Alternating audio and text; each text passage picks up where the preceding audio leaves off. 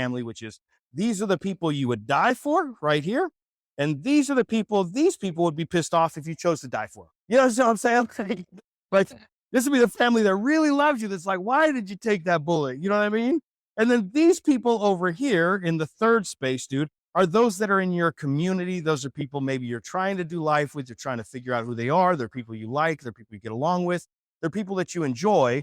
This is your third wheel out here, your third. And this is everybody else you see at the grocery store, right? They're just people you're being kind to or people you're being mean to. It's just people you don't know. These are people you've chose to let into your levels of your life. This is something I've always lived by. Anybody that knows me knows that those boundaries, they might be invisible, but they're hella visible, right? Like you can see them when you hit that wall, that there are levels in which I hold those boundaries, right? And I protect those. People talk about boundaries. You guys talk about boundaries inside of a relationship, that we have to have boundaries. Boundaries protect relationship. They also protect the relationships you're engaged with. Part of that reason, you guys, is that relationships take effort, period, right? I'm going to talk to you guys about the the things that relationships take, and I'm going to talk to you about in business, right? So we're just going to talk about the business side here. What does it take in business relationship? Wow, Dave's transitioning very fast, right? Just follow along. So inside a business relationship, one of the things that is very important if you want to build business relationships, relationships that last. So everybody in here wants money, right? So perk up because this is really going to matter. Business relationships, what's super important? One, it's connected. You have to be connected. And I believe I'm going to spell most of this right. If I don't mention it. It doesn't matter. So connected. You've got to be connected in relationships, you guys. And how are we connected? Intentionality, right? We have to be on purpose. Okay. We have to be intent with our time, intent with our listening. Let me tell you guys this, dude, right? So probably I would move this to number one. These are not in chronological order. Listeners. These are not in chronological order, but you've got to be an amazing listener in relationship. I'll give you an example, right? If you guys watch sales videos and they're teaching you how to sell and they'll talk to you about walking into somebody else's space. So let's say for Ryan meets with a large investment firm because he's saying, hey, we want to flip 100 houses next year. And I can't do that with my own capital. I need big capital to do that. And he's sitting down on the other end of the table. If Ryan's smart, he's going to start scanning the room, which most of us will do, right? But most of us have been trained and crafted already to start scanning the room. We're going to look for connection points, right? I'm going to look around that room, and if Ryan sees an oceanside boat and a dude holding some tuna, Ryan's like, yo, got it. Perfect. You went to Oceanside to go fishing? Me too. I live down there. You got to call me when you come down. This is great. You know what I'm saying? If he sees something like a resort in Cabo and the guy's wife up there and kids and he's holding them, he sees it up on the corner and he sees that Cabo thing you connect with. He's like, oh my God, I've been to that resort. Yes. You're like, bro, you went to the resort in Cabo? That's one of the best resorts. I saw your picture up there. I couldn't help but notice because I know that spot. My family has a photo in that exact same spot. Why do we do that? Because we're looking to be connected. Because I know if I can connect you, we have a higher probability of success in a mutual outcome. I'm just trying to let you know what that mutual outcome is inside of sales, right? Be a great listener. Now, this is the life you want and those you love. This is your inner circle, right? In C, okay? Connected, intentional, listening, right? Every one of the things that goes on in business will be an exact replica as it is inside of your personal life with the individual, the woman, or the person you'd like to make a life with. Those people that try and stay connected with. They all work the same way. I dare you, if you're married or if you're dating somebody right now, to disconnect and see how well it goes. You have to be connected. And I've got to be a good listener, right? One of the things that has paid dividends in my life is that I decided that I was going to be an intentional listener wherever I went. Simon Sinek said today on LinkedIn, he posted a video and he said, speak last. Speak last. He said, I heard a story and I forget who it was that told him the story. Oh, it was about Nelson Mandela. You guys might be able to find this, but he told a story about Nelson Mandela. He said, which is regarded basically globally as a great leader. Nelson Mandela is regarded as a great leader. And Nelson Mandela said when he was young, his dad used to take him to tribe meetings because his dad was a tribal member. His dad would take him to the tribe meetings. And he said when he was young, he only remembered two things that his dad did every time. Number one was they sat in a circle and looked face to face. And number two, his dad always spoke last. The reason that I have always spoke last in my meetings, right? And I got early on at a young age, people would credit me saying when David speaks, listen, because he doesn't speak much. So when we get into very serious environments, I don't talk. If I'm not teaching, I'm not talking because I'm listening and I'm wanting to know, what do I not know yet? And only a fool speaks first, guys. I mean that. That's in Proverbs, right? But only a fool speaks first. Because if you listen in a room, if you come in with an idea and you speak first, and then somebody else has a better idea or changes something you didn't know, says something and adds information, and you're like, oh my God, I'm about to be wrong. You can change in flight. It's the same thing here. If I'm intentional, I'm listening to the person on the other side of the chair, right? The other side of the room, maybe the other side of the bed, whoever it is that I'm being connected to, my wife, my parents, whatever it is for you right now that you're trying to be connected to, your girlfriend, whoever it is, if you're speaking first and not listening, you could be in trouble, right? And candidly, I'll just give you guys a pro tip here. Do not have an energy drink and go talk to the person that you're trying to listen to. That's the part where my brain is like, shut up, Dave, shut up, Dave, shut up, Dave. It's like, no, I really want to say it. I really want to say it. So like, and then you say it, then you're like, I shouldn't have said it. It's just a pro tip. Do not have an energy drink and go have a good conversation because you won't be a good listener because you can't wait to share what you know. You would rather come in low than go in high every time, right? Because you need to be a good listener in order to build relationship. One of the things that John Maxwell says, right, is that there is no greater sound than your name coming out of somebody else's mouth. If somebody's not a good listener, you know it because they keep forgetting your name. They don't remember your story. They don't remember anything. In business, one of the things that works so well for me is I can cycle back the next time I see somebody and say, hey, how was that football game? If we take the narrative back to Ryan's story, it's like, hey, you said you were heading back to Mexico. How'd the trip go? They're like, oh my God, we did go. Bro, we're so off center in such a good way so fast because you feel seen. You feel like I care. If you go back to the center, when I was talking about this circle, everybody deeply wants to feel loved. If you understand that about humanity at its core, and you start to care about people at their core, you are going to get a lot more out of this life.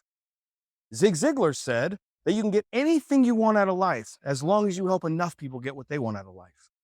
We live this life of servitude where we're helping and connecting. But how are you going to connect and help people get what they want if you're not listening? You've got to learn to shut your mouth. As my boss always says, Dave, 2 ears, 1 mouth, right? Do twice the listening than you do the talking. He doesn't say that as a lesson to me because I don't talk a lot in meeting settings, dude, but he tells people, like, remember, it's 2 ears, 1 mouth. Do twice the listening as you do talking. Bono said in one of his songs, he said, you can't be preaching if you're listening, right? You can't be talking down to me if you're listening to me. And candidly, those that feel heard always open up. Use your eyes. Get very connected with the people you're talking to. Look them in the eyes and care to listen. If you're, let me, I'm gonna give you another pro tip as a man to a woman. This is man to woman. There is nothing that women will care more about than you genuinely listening and caring. I could settle my wife being upset if I just stop and go, no, I'm here. I'm with you. I know I wasn't listening. And maybe for you too, right? For the married ones, they're just like, I'm sorry. I put my phone down. You have 100% of my attention right here, babe. Go ahead. And then we're locked. All she wants is your attention. If you do a lot of talking, you're going to be in trouble, right? So that's just a pro tip for man to a woman, which is like, if you really want to find and be connected, ask questions in relationship. I'm going to go back, ask questions, right? You have to be intentional, be a listener. You've got to be inquisitive, you guys. I am also, yeah, let's give it a shot, dude. Inquisitive, INQUIS,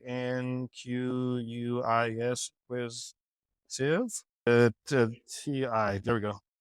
It's pretty, I bet you it's right, dude. Anyhow, you've got to be inquisitive, right? If you're not asking questions, you won't get answers. John Maxwell wrote in a book, right? Great leaders ask great questions, right? So you've got it. It was a phenomenal book. If you haven't read it, it's a great book to read. Great leaders ask good questions. In order for you to make any real assessment in your life about how you're going to make a difference, connect to an individual, how you can drive change or impact, right, in a person's life, or how you can further connect to them, you've got to get information out of them. Every individual you meet is a storybook. Do you want them to read your story or do you want to read theirs? We're all telling our story wherever we go. We're all telling our story. The person that tells their story too much, nobody reads the book. But if you are the person who constantly wants to read other people's book, everybody wants to read yours because they go, you're different. And so how do you do that? Zip your mouth with your story and sit there and just ask questions. You want to get connected to a woman? Ask 1,000 questions. If you're married and you've been married for a while, start asking new questions. I asked my wife today, how did that make you feel? And she laughed at me like, knock it off. And I was like, no, seriously, I genuinely want to know how that made you feel in that moment, because I know that's valuable to her, because feelings matter to her, right? They don't matter in our circle as much, but to her, it means that I'm listening. And so I genuinely want to know, how does that make you feel? And then she gave me a real answer, right? She gave me a real answer when she knew I was serious. That's the second part, is it has to be authentic, right? Your relationships have to be authentic. You have to be authentic in it. Because you know what everybody can smell out, you guys? Jeez, this is getting weird. What everybody can smell out is inauthenticity, disingenuous people, because we're so good at it. You know why we're so good at it? Because we've been stabbed in the back, robbed, stolen, taken advantage of. You could sniff out the dude in the room or the person in the room who just wants to use you for something in 30 minutes at a party. Like, yeah, that person's dangerous. I'm good. That person's weird. Some people haven't been there yet, and you're watching them. You're like, hey, don't hang out with that person. No, I really like this guy. And then a month later, like, I gotta pay for his gas. I gotta pay for food. He never brings money. Like, yeah, I told you that night one, bro. You could just see it on him, right? You've got to be authentic because we could smell it out.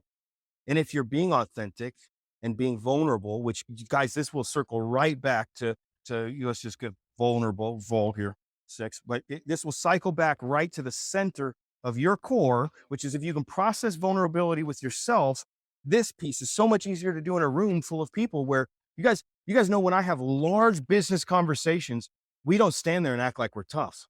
We don't act like we're the greatest in the world. We'll actually talk about our shortcomings and how we intend to resolve those. And that can be difficult, right? And you would think in one of those meetings where you're going to talk to somebody, you're going to talk about everything about how great you are, except for great people. No, you're not. Those that are there know there will be problems.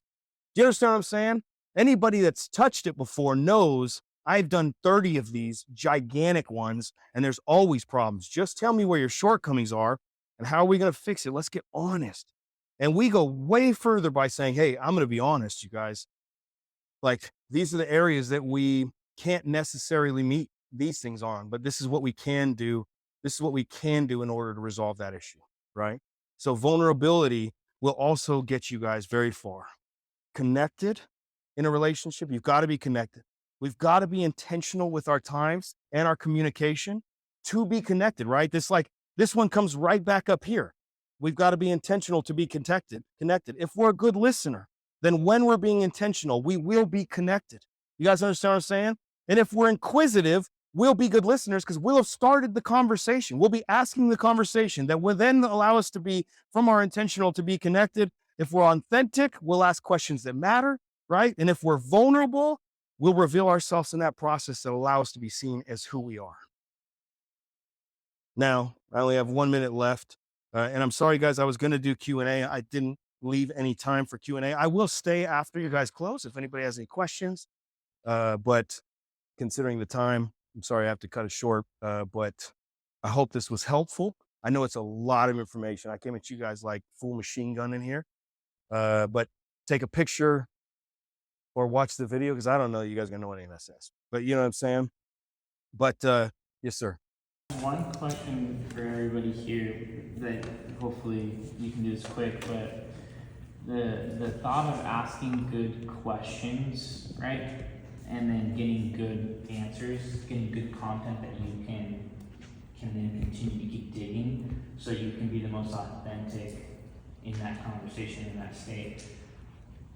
We're a little bit older than some of these other LeBrons in here, but like, what would be, if you could give like an example, like what would be considered like a good question for somebody to like to be able to play off of that? For younger people, you're saying? Just, yeah, For anybody. yeah. Sure. So I would say, for adults, the inquisitive piece, if you get sincere about connection for those that are older in here, then you won't need the guidance.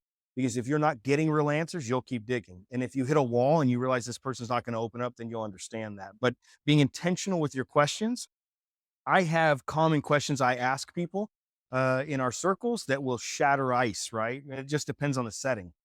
What I would say is that one of the games that we've played in our family that has really helped with this when people come into our circle is we'll play a game. And that game is, we call it the question session. So we sit around the table and we'll ask a certain question to everybody at the table, and it turns into a lot of fun. So let's just say you're young. One of the questions that we would ask on that table, and you're sitting across from your girlfriend or somebody that's maybe you're wanting to be. I'm not talking about business. I can slide to business in a second, but just a girl that you're interested in, and you say, "Hey, what's your favorite movie?" And then she says, 16 Candles, right? I don't know. I know it's an older movie. Okay, let's say she says Harry Potter, right? And then all of a sudden, you're either connected or you're not connected. And then you go like, "What did you love about Harry Potter?" The question leads to another question always. And the way that you're going to do that, guys, is that you remove you from the conversation. There's a coaching process that John Maxwell introduced. He didn't create it, but he introduced it to the group of people. And basically, you take the information from the individual and you remove yourself from it, because when you're coaching, it's the only relationship when you become somebody's coach, it's the only relationship where it's all about them.